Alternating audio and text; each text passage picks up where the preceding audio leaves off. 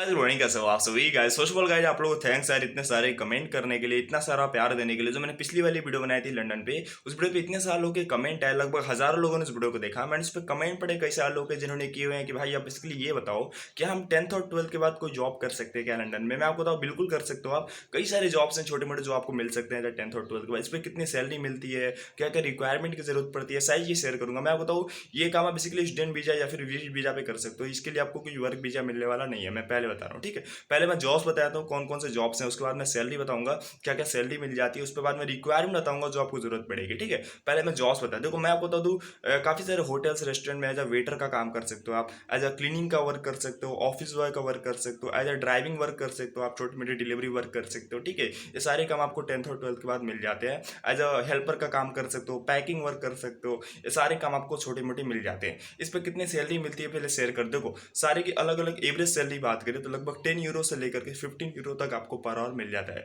अब रिक्वायरमेंट की बात करते हैं, देखो रिक्वायरमेंट मोस्ट इंपॉर्टेंट है। आप मिनिमम एज जो क्राइटेरिया होता है स्टूडेंट वीजा के लिए, वो 16 का एबव होता है, ठीक है। तो 16 के बाद आप स्टूडेंट वीजा के लिए अप्लाई कर सकते हो। तो स्टूडेंट वीजा पे आप ये काम कर सकते हो, कोई दिक्कत नहीं है, ठीक है। विजिट वीजा पे भी कर सकते हो, अगर आपको पहले से कोई रिलेटिव है तो उससे आप कॉन्टेक्ट करके एज ए विजिट वीजा पे भी काम कर सकते हो, कोई दिक्कत नहीं है, ठीक है। देखो इसके लिए कुछ मोस्ट इंपॉर्टेंट रिक्वायरमेंट है जो आपको स्टूडेंट वीजा के लिए भी जरूरत पड़ेगी। वो पहला है आपका आइल्स, ठीक है। आपको इंग्लिश लिखना पढ़ना सुनना बोलना सब आना चाहिए, ठीक है। आइल्स काफी इंपॉर्टेंट है, जो उस पर फोकस करना, ठीक है। सेकंड, आपका मेडिकल परफेक्ट हो, फिजिकली काफी फिट होने चाहिए आप, कोई कमी ना हो शरीर में, ऐसा ना हो बहुत दुबले पतले हो आप या फिर बहुत मोटे हो, ये चीज ध्यान में देना, ठीक है। आपका फिजिकल फिटनेस काफी अच्छा हो, ठीक है। ये चीज होता है आपका, अगर आप इंडिया से हो बेसिकली तो आपका Aadhaar card, PAN card, driving licence, आपका पासपोर्ट, आपका फोटोग्राफ्स कलर्ड, ये सारी जरूरत पड़ती है। आपके बैकग्राउंड रिकॉर्ड, आपको आपके ऊपर किसी टाइप को कोई पुलिस केस क्राइम ऐसा कुछ ना हो, ठीक है। ये सारी चीज याद रखना। देखो आपको एविडेंस भी दिखाने पड़ते हैं, आप जितने दिनों के लिए लंदन में रहोगे उतने दिनों के लिए आपको पैसे हैं या नहीं है, सारी चीज एविडेंस दिखानी पड़ती है। तो ये चीज ध्यान देना। ये थी बेसिक रिक्वायरमेंट, मैंने सैलरी बता। तो हैव अ नाइस डे। कोई भी डाउट हो कमेंट करो,